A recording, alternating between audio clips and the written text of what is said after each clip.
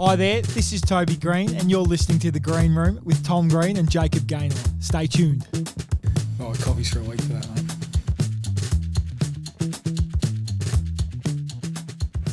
Tom, somehow we've made it. Here we are, the first episode. Yep, and I guess before we kick it all off, we might as well launch the show. So Do it. to all listeners, this is I'm Tom Green. Joining me is Jacob Gaynor, and you are listening to In the Green Room. And have a look at that. You are, if you're tuning in from home, you probably have no idea what's just going on, but we managed to bail the club up to spend some money on this podcast, and we've got a neon sign that lights up green and says Green Room. If you're wondering where we are, we're at the club because that's our budget. We can go nowhere else. But there we go. If you're watching it all, you will have seen it flash up, and it's quite a nice addition, I think. We'll be sure to post it around so everyone gets to see it. That's good. There we go. In the Green Room. Here we go. We should, before we start, quick shout out to the Footy Phil, the old Giants podcast. Phil was really good, obviously, with Alison Zell as well. They were both fantastic. I'm not a rookie podcaster, Jacob. I'll know it yourself. I've also got a couple of acknowledgements to make to the Sunday Sippers, those boys who gave me my start back when I was just going to my second year as a footballer. They gave me my start, and I'll give them a quick mention, as well as Tommy Sheridan and Oz American Aces, even though he stitched me up and made me suit up for that. It's a little bit comfier in trackies and a grey tee here today. Oz American Aces, that was a good one, and I did make some... Yeah, can we expect more of the same? More controversial comments? Well, yeah, I think my sort of my MO now is shock jock, so I think I'll be continuing on with that, yeah.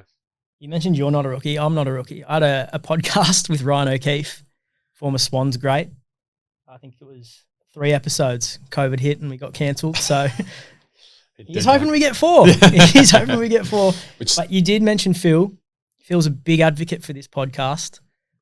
He's been messaging me quietly, a few tips on the side.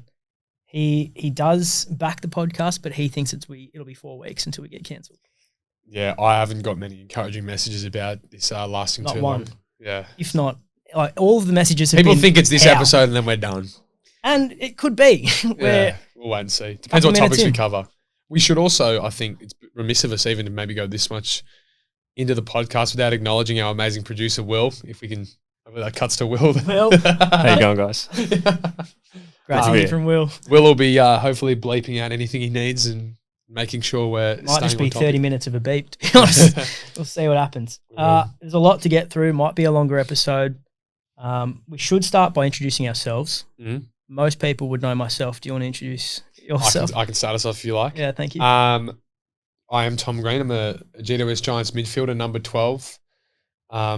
Despite what Jacob said on my dating profile on Valentine's Day, I'm actually 192 centimetres, and despite the AFL also not saying it anymore, I'm 90 kilos, just for my dimensions, my physical dimensions, in case anyone was interested. You've got to really describe yourself on podcasts. I'm 23 years old. I'm going into my 5th year at the club. I'm studying law outside of the club as well, which has only just recently started up as well. Mum will be happy to hear that because she was on my case about that for a little while. So that's also going on. I'm a former Marist College Canberra boy, and I was a part of the Giants Academy as well. So that's probably my little bit of background. Mum's a podiatrist, dad's a helicopter pilot in the army, and mum's also a fantastic cook and loves cooking for our entire team when they come to Canberra. There's a lot of unnecessary facts there, but I appreciate the depth you went into. But we will get to your mum and your dad because I do want to talk about our experience in Canberra. Introducing myself. I'm the media manager for the Giants. I have been here since 2021. First year was in the hub. So thrown straight into it. And it was probably a good thing, to be honest. It helped me establish those relationships. You get pretty close to blokes when you're trapped in a hotel for 3 to 4 months. So now you can just pay them out whenever you like. So now I just have those relationships where I can pay you out, make your arms small, post CADs getting dacked, the likes. But you actually should give me a thank you for the Valentine's Day content. I actually think a lot of those boys should say thank you because I've heard that the followers went through the roof. For me personally, I don't think it necessarily had a positive impact, but I'm sure for maybe some of the other boys like Max Krzyzewski, I know he was quite pumped with his Valentine's dating profile. So yeah, you can I think he has forwarded on his thanks. I'm not sure if I should follow your facts, but started at the Canberra Demons, who now don't exist, but they were in the NEAFL competition. A great club, great opportunity. Really enjoyed my time there. Went to the AFL for a couple of months, not really too long, and then COVID hit, and I came to the Giants, and then loved it, and spent the last few years trying to really nail the brand. And I think we're getting to a really fun spot, and we've got a great media team here that are very creative and do give us a lot of freedom, which is great. And to your credit, the players as well, very accessible and always good for a laugh, despite what Collingwood fans think. Yeah. Well, I know you aren't. Collingwood fans obviously aren't too fond of you, and they've given you some feedback on Twitter, which I personally enjoyed quite a lot. But no, certainly credit to you, Jacob. I think since you've come in, I mean, you look at most people think, and we do have the best social media in the competition, and you regularly get us trending, which I think is the goal. The only thing you can really hope for is from a social media manager. So, no, you're very good at your job, mate. And I'm sure after this, there might be a little pay rise for you as well. Hey, just took a microphone in front of you in the face to give me a compliment for once, which is good. You did mention, Marist College, Canberra. From our background, for those that from the outside probably think we don't like each other. There seems to be a little vibe. People think that we actually... And I'm happy to play into it. Yeah, well, it certainly makes for interesting content. But we both attended Marist College, Canberra. Beautiful school, creates fine young men. That's their slogan. The proof is in the pudding. If I don't say so myself. But we met back in Canberra. I was a couple of years ahead of Tom, and I guess he always just looked up to me. And pretty much, yeah. Just Jacob was always a fantastic role model around the college, of course. But yeah, we are, and our families have known each other very well. Jacob's younger brother Luke was in my year as well. Good mate of mine. So I'm very fond of the Gaynor family, and we do actually enjoy each other's company, despite maybe the public perception out there. But plenty to get through, as I mentioned. So we're going to start with a bit of a pre-season update. Talk some things footy. What's in the headlines? I'm sure people would love your opinion, and you're a very opinionated person, which I think is going to work in our favour. I think it's going to have a lot of clicks. So there's a bit to get through there. One thing that we will look to do on the podcast is get some guests in, whether they're football related or not. Yep. I think we can really use some connections here, especially with you. You've got a few in basketball that you're keen to get on. You're a big basketball man, so that's an exciting avenue for us, but we'll get to that. But we want to talk about you as well. Your career so far, you're very young. You're only 23, so there's not too much to get through, but there's enough. And I've got some challenges for you throughout that. Sounds good. We'll talk all things Collingwood. It's a big opening round. There's a certain name I want to address. I almost feel like that Collingwood section might be taken up more by you giving some feedback. I'm going to try and stay silent because I am already fearful that I'll need security at opening round. I might be the first ever social guy with security. And I don't back myself in a fight either. I'm 5'6". To be exaggerating, I'm 5'5". He's 6'5". Don't give Collingwood fans a sniff. Hopefully no one's watching this and they're just listening. I'm actually 6'7". We'll get to Collingwood, some player songs. So we're following a pretty similar route to a lot of clubs in the competition now, and players have their own songs for when they score a goal at Giant Stadium or at Manuka Oval. So we'll go through that to dissect a few. We've got a few boys that don't have songs. We want our audience to pick them. I think that's really exciting. That is. I've asked you to bring a trending topic. Now, I know it's going to be controversial. Yep. And that's exactly what I'm looking for. So we're going to call that segment Tom's Trending Topics. We're going to have it every week. An exciting segment for me. I think it's going to be my personal favourite. Yeah. Pre-season update. We've just finished our pre-season camp in Canberra. We're both Canberra boys. How'd you feel getting home? Yeah, it was good. It was I've said it a few times, but we do love going back to Canberra. It's Manuka Oval always packs out when we're there. It's a real home ground advantage, and there are a few academy boys who've come from Canberra. Myself, Harry Himmelberg spent some time there. Josh Fay, we've had some good ones over the stretch. Jack Steele too. So Canberra's a fantastic region for us. We have about a fifth or a sixth of our membership base there, so it's a really, really important area, and we love going back there. And so it was good to get back last week, and the end of last week. How'd you find the game against the Gold Coast? Yeah, it was good. I think our first hit out against the Swans the week before that match sim, it wasn't really us. Like, I'm not sure how much interest the public sort of take in that, but we didn't play that well and we weren't happy with it. So, pre-season's a little bit shorter and there's less pre-season games than there have been in the past. So we sort of need to make sure that when you have those hit outs, you make them quality. And I think we did that against Gold Coast. It was far better. It looked like a Giants game, as King has talks about a lot. And I think, people would have seen it was sort of that football that we played, I think, the back part of last year, and we were really happy with it for the most part. Having said that, there's still stuff we didn't do 100% correctly, which is a great sign because we had a nice win and it gives us a great launching pad for the season, but we're still tweaking things. But yeah, it was a nice hit out. a big congratulations. He's an avid listener, volunteered to do the introduction for us, Toby Green.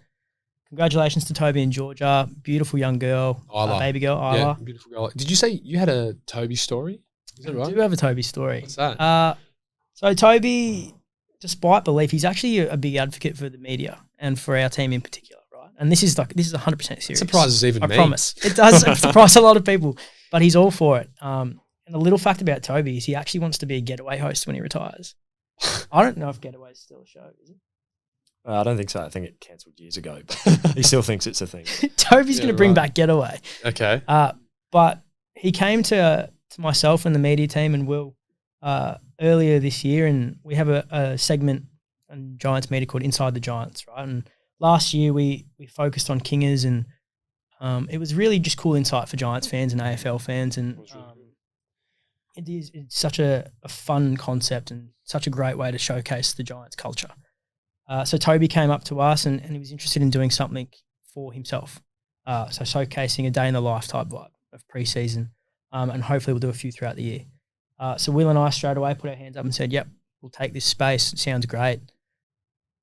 What do you want to do, Toby? And he was like, oh, well, George is just about to have a baby. I'm just about to move houses. Does next week work?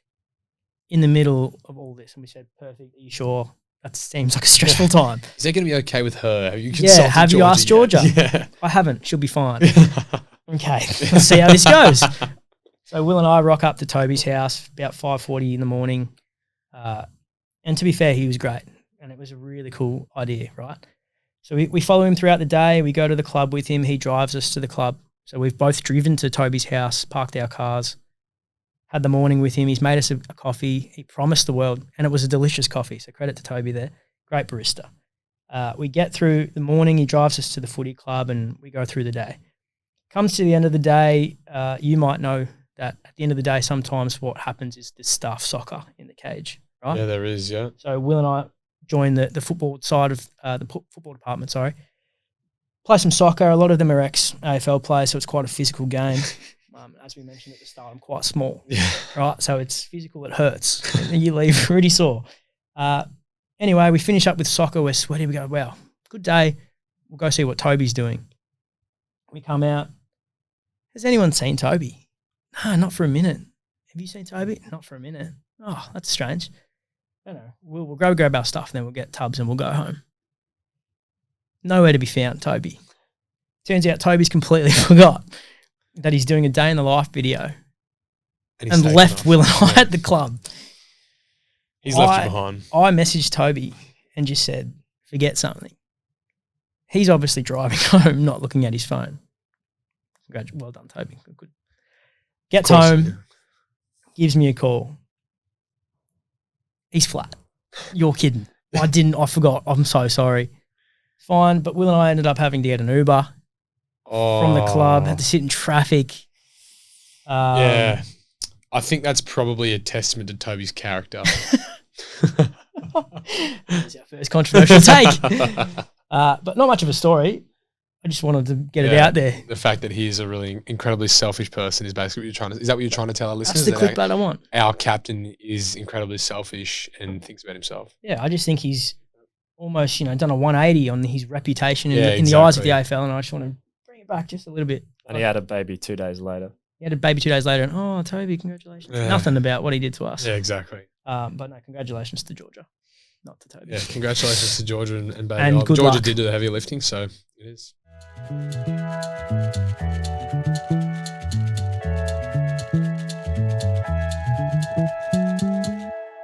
So, many would consider you a Canberra product, and you are a Canberra product. I am a Canberra product. But not initially from Canberra. Can you talk us through the early stages of your childhood, where you were born? Yep. So mum and dad were both born and raised in Melbourne, and pretty much my entire extended family is still in Melbourne. But dad wanted to fly when he was about 21, and he decided to join the army to fly helicopters. So dad was in the army, and as a result of that, we've been posted all over Australia, particularly the East Coast. And so I was born in Townsville, North Queensland. And I have lived I was born in Townsville, then we went to Toowoomba, Darwin, Toowoomba again, Melbourne for 6 months, I think, Tamworth, Townsville, and then Canberra. So I've lived all over the place. I've lived in. I'm a real Allies product. I'm proudly an Allies product, which if people don't know is obviously the under-18s national carnival. The Allies team is made up of Queensland, Northern Territory, Tasmania, New South Wales, ACT, and I'm proudly one of them. I've lived in pretty much all of those states, and so yeah, as a part of Dad being in the army, I was born in Townsville and we grew up all over the place. When was it first that the AFL, like, I guess, appealed to you? Like, did you grow up playing the game? Obviously, being Queensland, Canberra, it's a rugby league predominant area. Yeah, but again, because mum and dad being Melbourne people and my whole family being Melbourne, AFL was always in the picture. And so, you know, we always had footies. I was always kicking the footy at young ages. It's funny, some of the places we lived, I didn't really have any infrastructure for particularly young kids to play AFL. So there were some areas, I know Tamworth only had an Auskick program and then a men's senior competition. So there might be 16-year-olds who weren't ready to play, you know, the men's comp yet doing Auskick.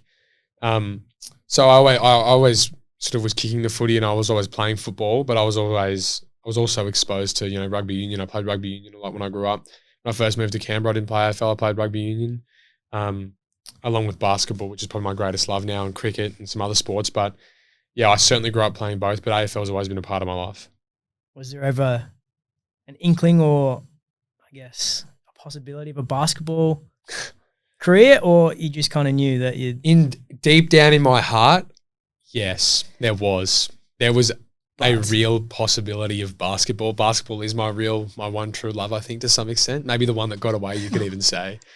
But nah, I think I really enjoyed rugby. Honestly, I enjoyed rugby union a lot when I was a kid, but I think AFL I was sort of always probably the best at. And when your family is, you're sort of around it, and that's all your family talks when you go and see them as well, and that's all they really know. Sort of as a kid, that's what you're drawn to as well. And when, at what age did you realise a career in the AFL system is a possibility? It is funny as well because I know, for instance, in Melbourne, like it's always from a very young age, it's so you sort of can always know someone or see people do it, and so you know that it can be done and it's a thing that's attainable for you, and that's not necessarily can be said about where we sort of were traveling throughout. But honestly, I always had self-belief that I was good enough. And when I went and played, you know, in rep things, whether it was, you know, 13, 14, 15 from that age, I never felt out of my depth. I always felt like I could play well and you know, be the best player on the ground at any given time or any given game. And so I sort of always had that self-belief. I thought, you know, this is something I know I can do. And I'm a very maybe stubborn, or I like to think of it as determined and motivated person. And so I thought, you know, if I put in the hard work, I'll be able to do it, I think. And so I always had the self-belief that there was something that I'd be able to do, and I always felt like it was attainable. You mentioned the self-belief and the confidence. And you are a very confident person. Where do you think that stems from? Well, I think I'd give credit to mum and dad saying, I think they raised me with unconditional love. And so I think that I always had a great self-esteem and a great self-worth, which I think is more important than self-confidence. I think now outwardly I can be a confident person, but it's because I'm very comfortable with myself, and I think I have a reasonable self-esteem, which, you know, I think I'm very, very blessed and lucky that I feel that way, and I wish everyone felt that way about themselves. So I give credit to mum and dad for raising me in an environment where I do and did feel unconditional love. And outside of that, my extended family was the exact same, but moving around, it was mum and dad who were there for me every single day. So I give great credit to them. But I think in terms of football now as well, I just think that confidence comes from hard work. And so I think if you work hard and you put in the work, you can take great solace in the fact, and, you know, as long as you give your best effort, then as well, you can't really ask for much more. If I go out and give 100% effort, and I know during the week and in the off season and whatever, I'm doing the work and I'm working really, really hard, well, then when I give 100% effort on the weekend, I can't have physically done any more.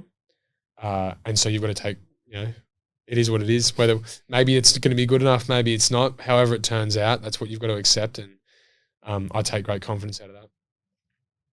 You mentioned at the start as well that you're a product of the Giants Academy program. You'd seen a couple of players probably come from Canberra not too many. When you were going through that process, when did you know that the Giants were almost a club for you, but when did you know that the Giants were going to take you in the draft?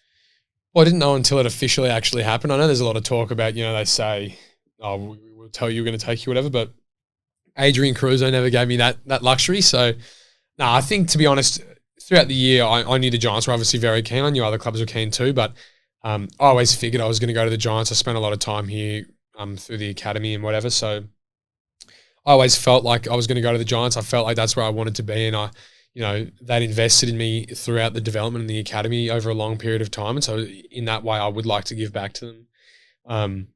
And so, yeah, I was really, really looking forward to it, but I never officially knew. I don't think you can ever officially know until the name's called out and you're going up and receiving that jersey. But I guess I had an inkling. Before, this is the first challenge for you, okay? And I'm very excited because I think you're going to give a lot here. But before we get into your first season, before we get into your second season, before we move on, I want to take you back to the draft night, right? So I've got a list here. And for those that don't know, Tom was pick 10 in the draft. Okay, some would say maybe he slid. Tom would probably say he did slide. I think I've gone on the record and said that before somewhere. So. We're going to bring it back. So the original top 10. This was I can the tell top you them, 10 I think. Go. I've got them here, but I'll test you go. Matt Rowell was number 1. Yep. Noah Anderson, Luke Jackson, Lockie Ash, Dill Stevens. Then I think it was Caleb Sarong, and then was it Hayden Young? There's one more before that. Oh, no, Fisher Mackesy, my bad, at Adelaide. Yep. Then I think it was Caleb Sarong, Hayden Young, Liam Henry, and then me. You had Hayden and Caleb. Mixed around. So, I knew Freo had 3 picks in a row, Yep. so. Impressive. Yeah. So that was the original top 10, okay? Here are some other names taken in the same draft. Sam Flanders, Keziah Pickett, Will Day, Miles Bergman, Cody Waitman, Mitch Georgiadis, Sam DeConing, Finn McGuinness, Chad Warner, and our boy Jake Riccardi.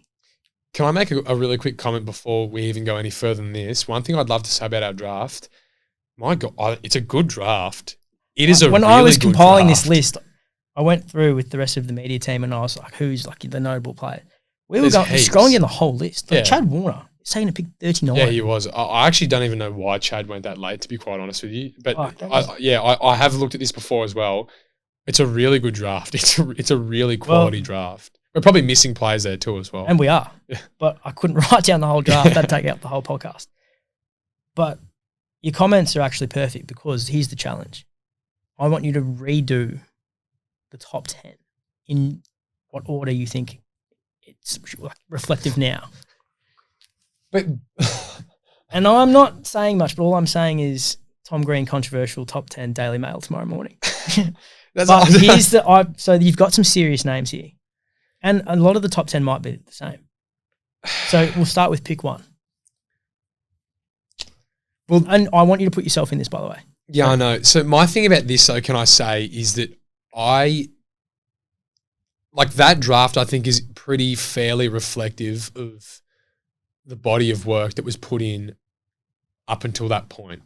So, As in terms of their junior football. so I'm saying, I'm saying Matt Rowell that year was easily the consensus pick 1. And I see where you're going, and that's great. But that's not the question.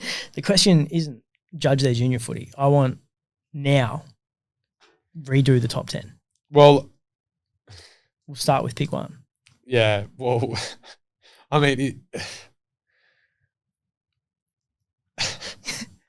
it's hard to justify me putting myself at 1 because Is it? I just think that there's maybe guys who have more runs on the board in some aspects than me. But in terms of how do I feel like I could stack up against anyone there, I'll put myself number 1. Yep, 2. I don't think many people are going to be like, oh, you wouldn't believe what Tom Green said.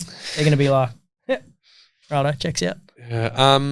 Number 2. The problem is I don't want to miss anyone either. So Here's the list. yeah, number 2, I would probably go. I mean, like someone you've got to consider as well, right? Like Sam DeConing's a premiership player. So number 2, I would probably go. Number 2 and 3, I might put Noah Anderson and Caleb Sarong. Yeah. They can go in either order when I say, like, I think those are after me, the next 2. I think maybe Luke Jackson after that. Luke Jackson's been a good player and it's also Another a premiership player. I think I'd put Ashy after that. I think I'd put Lockie Ash there. Sort of about pick 5. That's pick 5, yeah. And I mean, he went pick 4, so it's about the right amount. But like Ashy's played pretty much every single game since he's been drafted and is an absolute regular contributor and, you know, is so important how we play. It's hard. I feel bad for someone like Fisher Mackesy because Fisher was unbelievable again in his junior career and he obviously just didn't have the passion for it. And I think it's actually a really brave thing of him to do, to be able to come out that early in his career and be like, actually, this isn't for me, and go on and do something that gives him great happiness. So after Ashy, I think I would probably go Will Day. Will Day's a really, really good player. I might then go. I think I'd then go Chad Warner and Hayden Young really, really closely. Yep. And then I think I would go put Ricker in there, and then I'll have Cozzy Pickett and Sam DeConing, I think, is my next 2. That might take us to 11, I think, but yeah.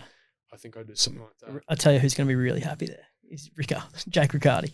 Yeah, well, I think last year Ricker, sort of when I say like the start of the year had sort of some in and out moments, but I think he ended up kicking 30-something goals for the year. And I mean, if you projected that out over the first part of the season when we were still learning a new game plan, which was really tough for him, he would have kicked something like 50 goals. And if Ricker kicks 50 goals last year, I don't think it's that outrageous that he finds himself in that list. So, yeah, I certainly don't think he's off the mark. From, what was he, pick 51? Yeah, well, he's already an absolute bargain pick at 51. And he's true age nowhere too, wasn't near. he? Yeah, he was. And he's nowhere near done, obviously, with what he's going to do in the AFL. So,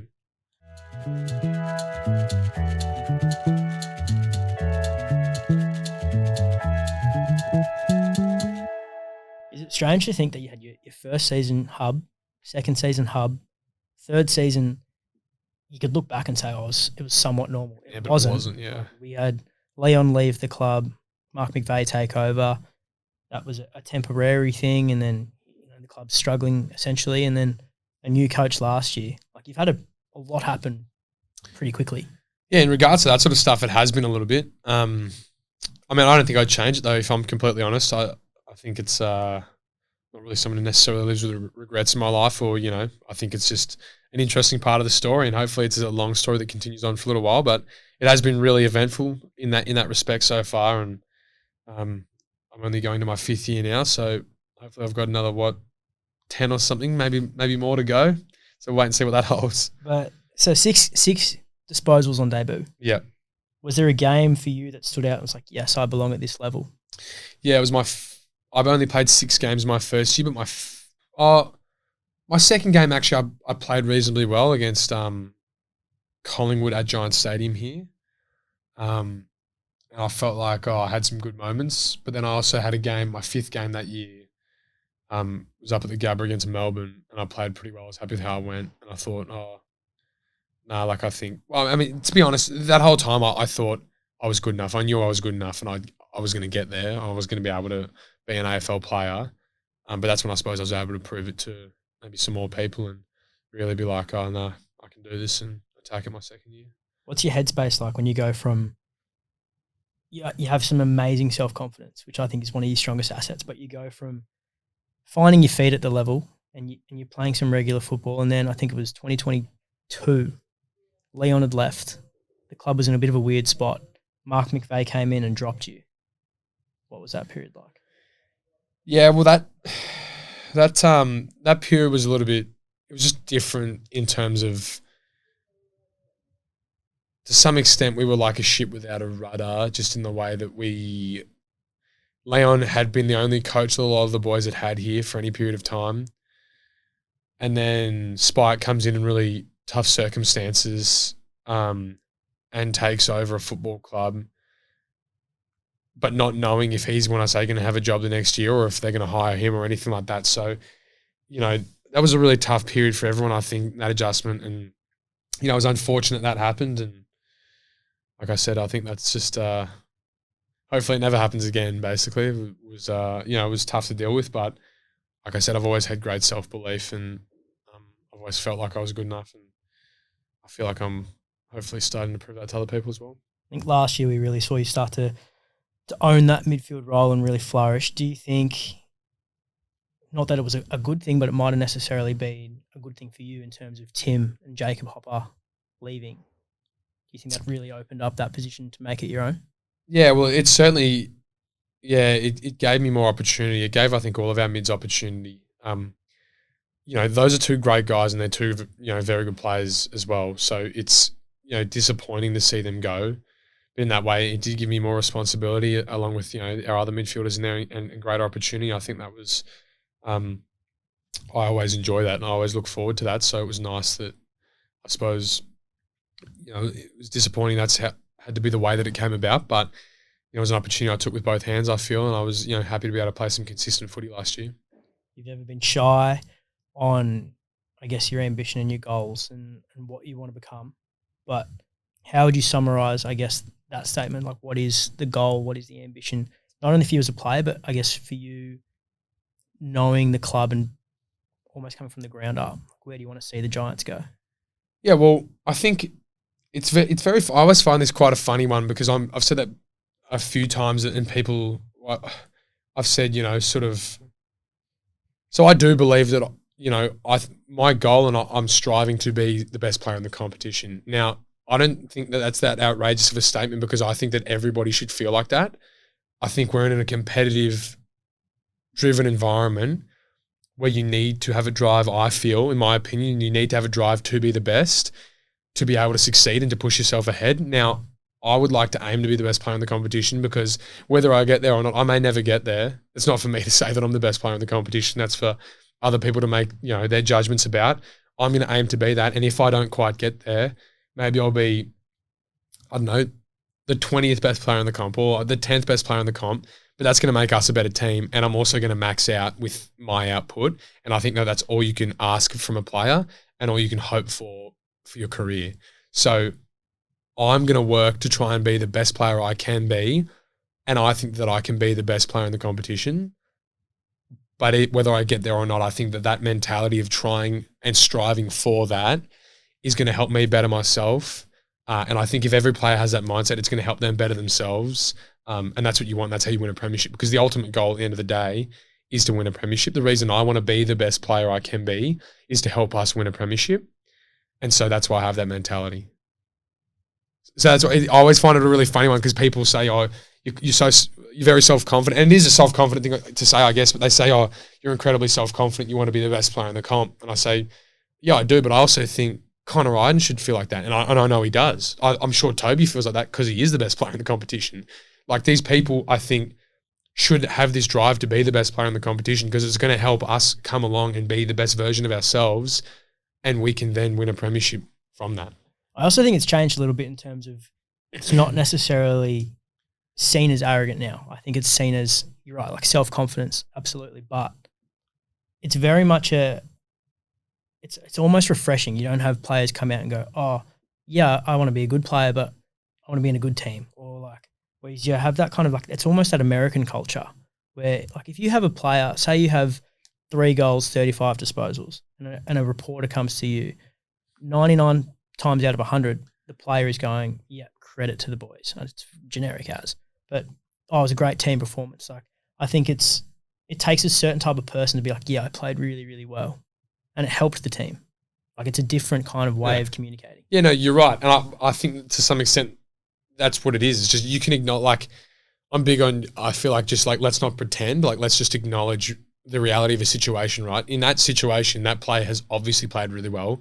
So I don't think it's outrageous to be like, "Yeah, I played really, really well and I contributed to the team winning really positively." And I think that's a great thing. I hope every single game we're all trying to do everything we can to help the team win the game. Now that might be their role and what they have to do to help the team win the game. There might be other stuff that other players have to do that doesn't look like 35 and 3 goals to help us win the game. But if you're trying to, I just think that my drive is to be the best to help us win a premiership. And I think everyone should feel like that. All right, let's talk Collingwood. Do you want to talk mainly now? Because I feel like you've got a lot to say about Collingwood. I feel like I've said a lot about Collingwood. They may want to hear more from you about Collingwood, particularly their fans. I think they've heard enough from me. And I've been told that to not comment on said Collingwood. The higher ups. But it is a That made the massive call. it is a massive game for the club, and it is an exciting opportunity to host a big Victorian club in Sydney at Giants Stadium in a special round where a lot of attention will be on the Giants and that fixture in particular. I guess my question to you is, when the news came out that we had Collingwood first up, straight after the preliminary final, what were your thoughts? It's just great. Like, well, first of all, it's great to be playing the first round of the season at home. Like, that's always just a really nice thing to do. I think I love playing in front of big crowds. And so Collingwood are a team that travel really, really well. And so I see that as a great opportunity as well to hopefully pack out Giants Stadium. And I think there's some whispers that maybe we are just about sold out. The game's just about, if not sold out. So if it's not quite, hopefully people can scramble to get some tickets, but they may be too late. It may be sold out, which I'm pumped with. I think anytime you can play in front of a sellout crowd, or I want to play in front of as many people as I possibly can. I think that's a really great opportunity. One thing I'll be very clear about is, and this is like, we're just not like, there's a bit of a thing. I think people go, hopefully the Giants can get one back over Collingwood in the opening round. The reality is they beat us in a prelim and then went on to win a premiership. Beating them in round one this year isn't going to make up for that. So we're certainly, I'm not looking at it from a perspective, it's going to be a really nice opportunity to win one back over them, because they had a fantastic year last year. They were the benchmark and they currently are the benchmark of the competition as reigning premiers. And so the way that I'm looking at it is that it's a really good opportunity for us to test ourselves against last year's benchmark and the current premiers as early as we can and see where we're at and where we've got to get to. But unfortunately for us, we're not going to be able to get one back over them. Yet. Yeah, Maybe one we'll day. wait and see. You're a frequent social media user. What were your thoughts when the NRL announced how we're going to Vegas? The AFL announced the opening round concept. A premiership ruckman, Mason Cox, comes out. He's not happy that the premiers are travelling to A cow paddock or something. a showground for livestock, was the words or the phrase Mason used. My question is probably in two-part. What were your thoughts, and was it something that the playing group talked about or have discussed, or how did that go about? Well, I haven't talked to many of the boys about that. I'm sure that everyone has obviously seen that, and you obviously made some comments about it under the guise of the Giants' Instagram account and maybe their Twitter account too. And Dave obviously was quite Added fuel to the fire. Yeah, he certainly stoked the flames. So I'm not sure I need to do any further stoking. That's not what I'm asking you to do. I'm not asking you that. No, I think it's just an interesting, I don't think he needs to necessarily kick us about it being a showground for livestock. But it'll be lovely to have Mason in town. I'm sure he's going to really enjoy Sydney. It's a fantastic city. And yeah, like I said, though, honestly, similarly to what I just discussed before, I think there's enough sort of, fuel there. There's enough ammunition there at the minute. But I also find it hard to make comments about, as you said, he's a premiership ruckman and I'm not a premiership player. So he can probably, I don't know if I've got much to say about that at the minute. Not really what I wanted from you, but No, I know. I'll take the professional answer, Tom. No, it's not why the listeners are here. Well, again, I honestly do believe, though, to some extent, I'm like, well, he's won a premiership. Like, he probably doesn't need to go at us about our home ground in that manner, but he's allowed to, if anything, he's probably helping it, fuel the flames. We're going to get more play, more supporters there, hopefully, as a result, and it's going to be must-watch television. So, in that respect, I guess I actually don't mind it. Feel free to keep going. I love to hear that.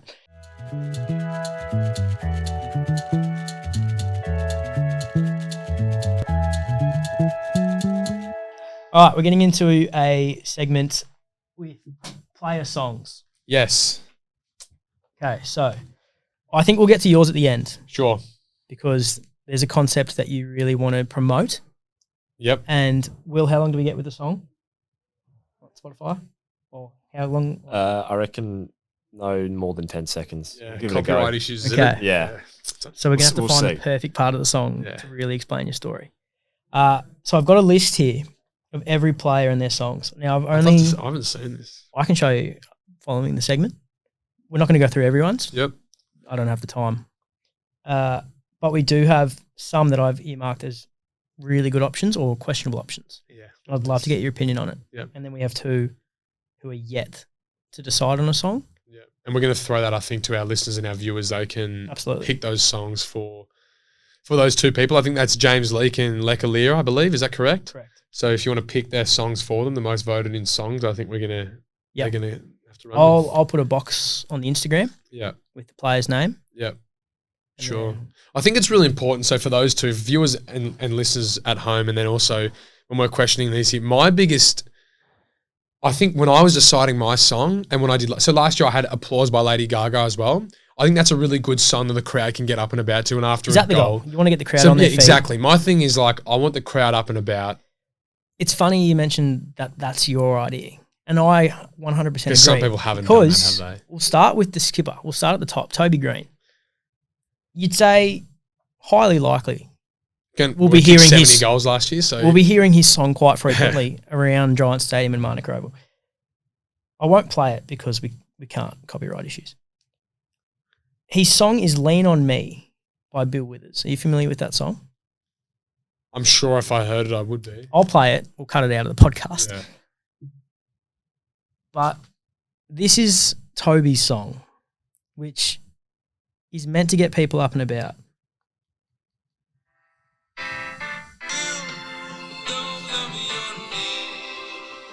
He should change that. Nah, I'm serious. So I think there might be people falling asleep. yeah, so Lean On Me by Bill Withers. Great song, though. Yeah, not going to slander Bill Withers or any of his craft, That but could have been our clickbait. that's not going to do it. Toby, you're going to have to hear him up about that and I change can't it. remember what his song was last year. Last year it was Baddest of Them All, which is a good Baddest one. of Them All. Yeah, it gets everyone up Yeah, and about. exactly. It's a perfect sort of song. I think it's funny. Yeah. I think it's like Nah, everyone will be going I'll crazy. And then, No. Toby's oh. missed. Let's just keep it very, very clear. With that, he's missed because it's not what you need after, you've kicked a goal. Toby's kicked his fifth. He's just put us up. Is that what we want to hear?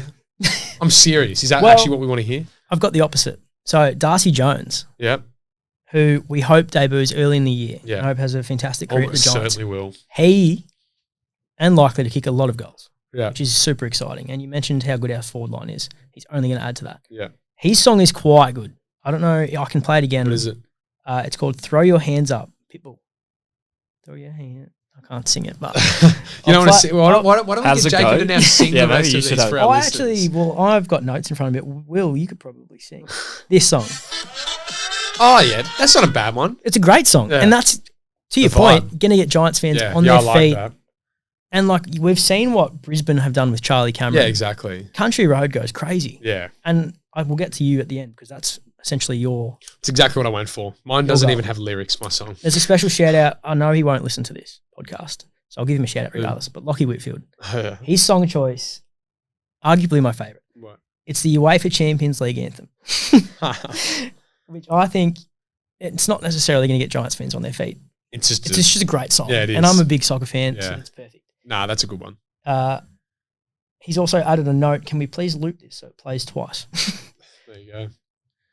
It adds a bit of atmosphere. I really like Yeah, it. no, I agree. Ryan Angwin, we all know, hopefully you've seen the post. He's a massive Taylor Swift fan. And he's gone with Swifty, has he? He's gone Swifty again, who we'll get to. Karma is his song of choice. Great song. We'll get to Don't know you. about that one. Brent Daniels, Yeah. we'll hear frequently, hopefully this year Yeah. as well. Rumble, Fred again. There is yeah. about 4 or 5 players that have chosen Fred again. Yeah, there you go. I wonder if they're going on Tuesday night. Well, Highly as we doubt it. film Tickets this. were hard to get. You know, dude. I did try. Toby McMullen, Somebody to Love, Justin Bieber. Yeah. I just need some time. Yeah. Great song. Big Yeah. fan of that choice. Briggsy, Strawberry Kisses, Nikki Webster. Yeah. If you're talking about getting Giants fans on their feet, that's going to work.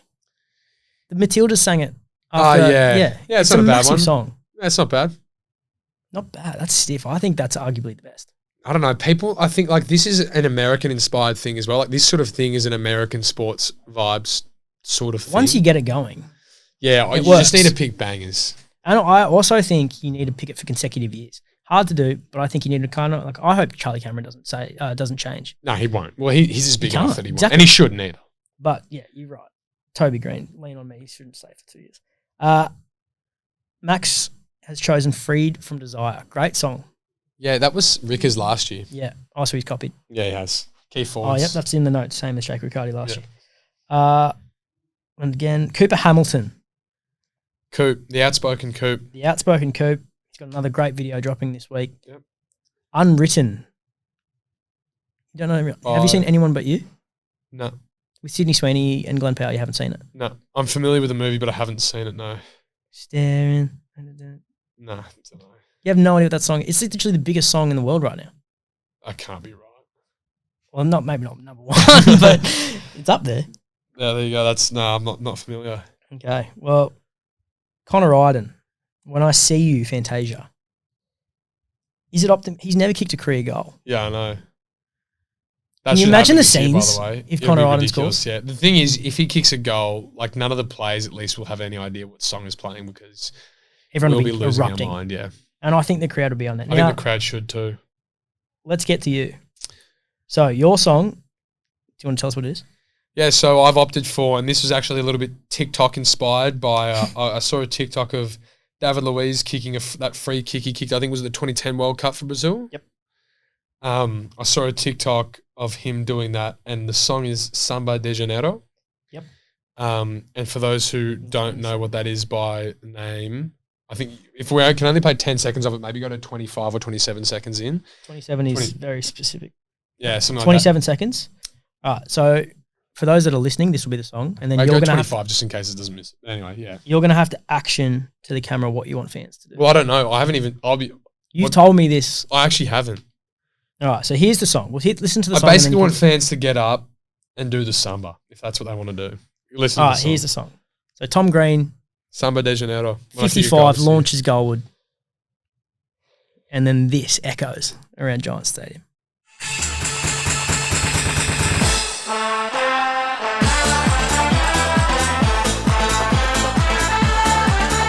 Don't you think that's going to get people hyped like that? Absolutely it will. And the thing is, right, we can only, again, copyright issues, we can only play 10 seconds, but like, if you let it go before that, it builds up nicely, builds up, and then it goes there and it goes nuts. And like that, when you kick a goal, that's what you want to hear. I have thought though, if we're ever down by 10 goals at all this year and I kick a goal, it's probably not going to fit the vibe well at all. But I think hopefully we're not in that situation. exactly, But you're I'm right. hoping I'm kicking goals while we're either winning or we're in games, and so it can get the crowd up like It that. has some serious comedic value. Down by 10 goals. Exactly, yeah. You see that. Da-da-da-da. Yeah, I certainly won't be able to celebrate it either or dance along with it. But yeah, I just think that that's the sort of vibe you need to go for when choosing a song. So like ideally, I was going to pick some rap songs too, but the other thing, which Very the generic. caveat There's a we lot of should- Drake and things. was there? Yeah, okay. Well, the caveat we should also give to our listeners who are going to pick for Leclerc and James Leake is I think it needs to be able to, It needs to be a at least clean for version. a minute. Yeah, well, there needs to either be a clean version or it needs to have a minute period where there's no swearing Yep.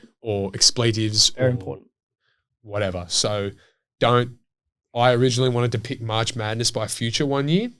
Unfortunately, Future chose to swear far too much. in that. Otherwise, it's just a song that sounds like it's been stop and started. Yeah, exactly. So, yeah, that's just our important caveat for Leclerc, James Leake. Pick their songs, but make sure there's either a clean version or there's a minute period where there's no swearing.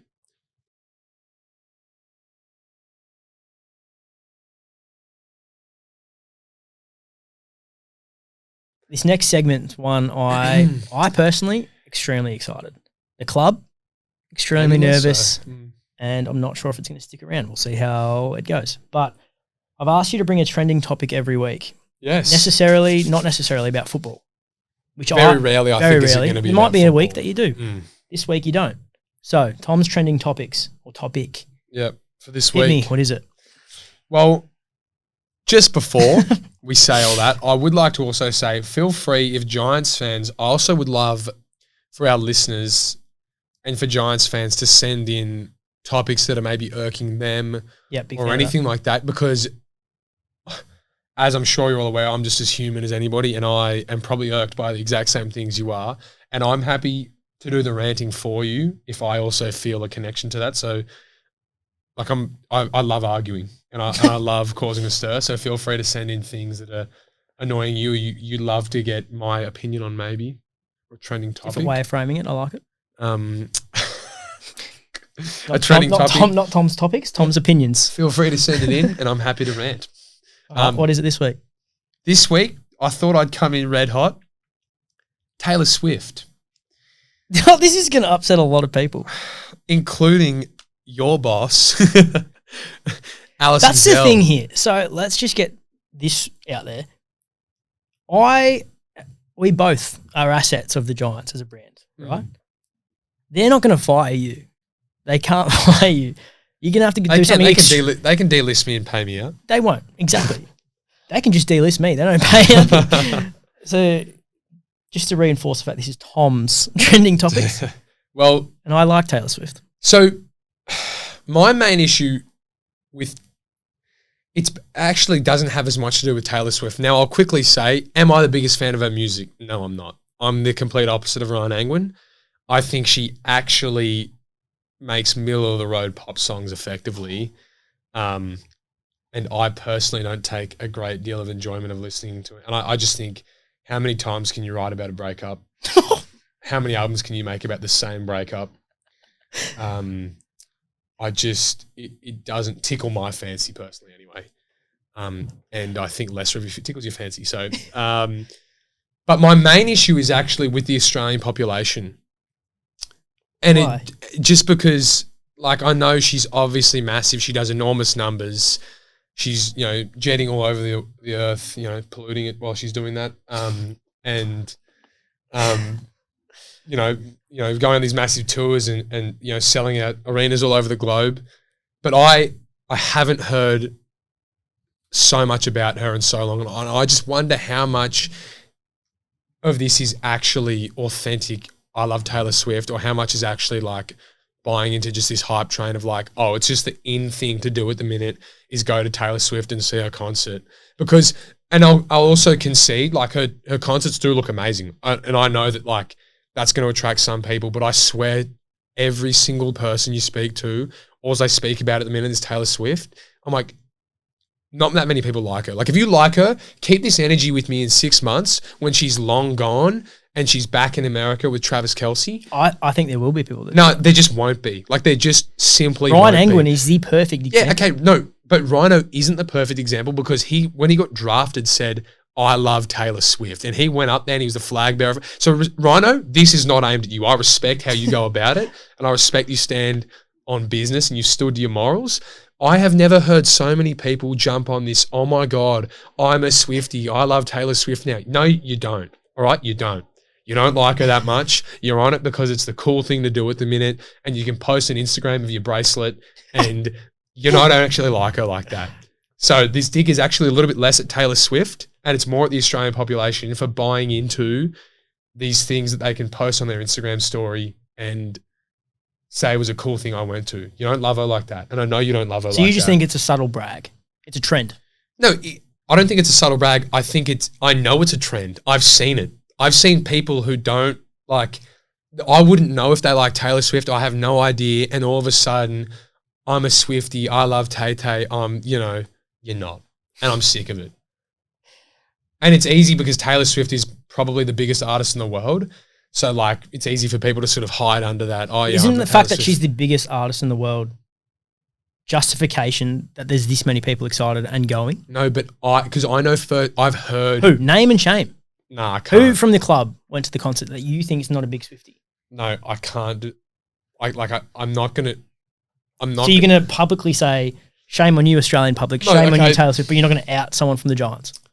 No, because it's not just that though. The main point that I think is for me is that it comes from other people that I've spoken to who, like, I've literally, and I quote verbatim, I've heard them say, I don't even like Taylor Swift like that, but I've seen all the stories and I'm getting FOMO. And I hate that. But it's an experience. No, but it's not. It is. Her concerts are an experience. Okay, the Jonas Brothers just played. That's an experience. I went. Great band. Okay, that's what I mean though. But like, go to that. That's also an experience. An experience is anyone. Go and see AJ Tracy was at the Enmore. You can't compare that though, because you're I going can. from the Jonas Brothers, who played in front of I'll 20,000. go slander them. I'm not going to slander them. I love the Jonas Brothers. Year 3000 is a tune. All I'm saying is you can't I don't compare like- an experience of 80,000 people selling out a stadium. I don't like. A 3-hour concert she's up there for. That's incredible. I will say again that's impressive is the way that she goes about that. But I don't want to see the fakeness. So it's the fakeness. It's like of the fans. yes.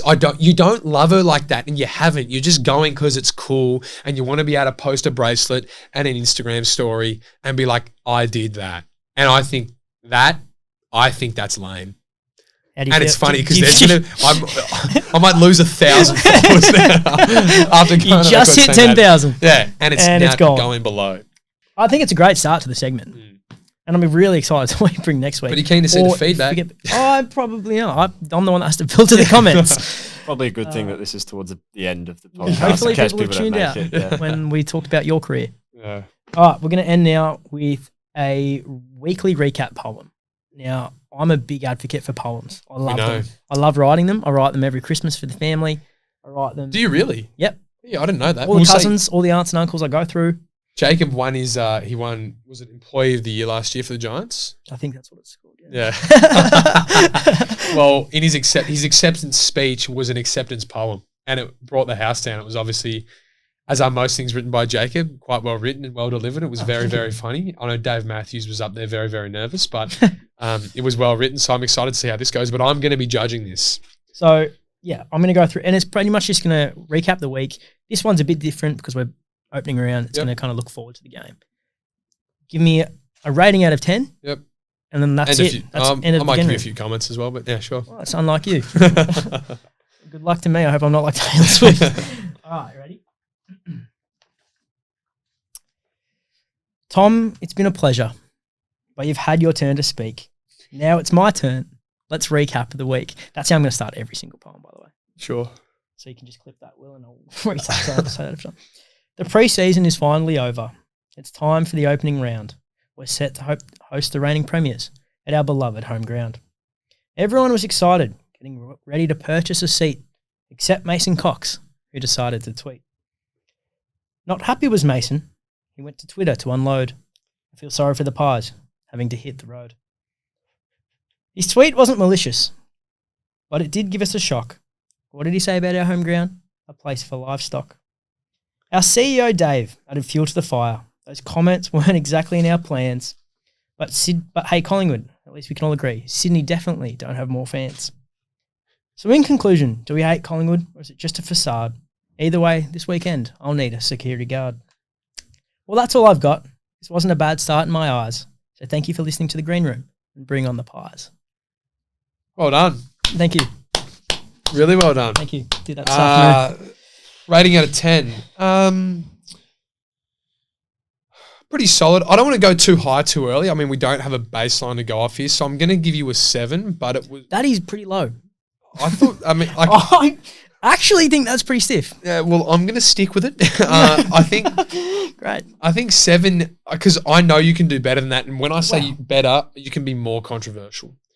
I am Can be. really happy to leave the controversial to I Tom's know you topics. are because of I'm what, confident. because of what Collingwood fans have already done to you. I know that you're now shying I'm away scarred. from the I'm topic. scarred. So I know you can go harder than that. So next week, go harder. Definitely. Mate, I've got a bone to pick with North You've got me on the Melbourne. I've got a record bone here to pick with saying North Taylor Melbourne. Swift is a terrible person, basically. That's not what we have. Now we do. You've got me on the record saying that. Now we have and you've that on got the me record. commenting on current major AFL issues. And then you're here scared to make a rhyme about Mason Do you know what Cox, I who you've do, already Tom? gone I'm a at. professional keyboard warrior. Yeah, you are. No, You but can't beat him. I have a bone to pick with North Melbourne, so next week's will be pretty malicious. Do you? That's good. We're not going to get into the details, but I have a bone to pick with North Melbourne. But all in all, great first episode. I think it went really well. I hope so. Hopefully, I mean, we'll get the feedback, but I think yeah. it went well. Yeah, we might have to cut some stuff out, but Taylor Swift segment is gone. No, we'll keep it in, but good luck, man. You might get cancelled. yeah, might be, I think we are cancelled after one. Well, Phil Davis. If we see you next week, thanks for joining us. This is the Green Room, and we'll be back next week.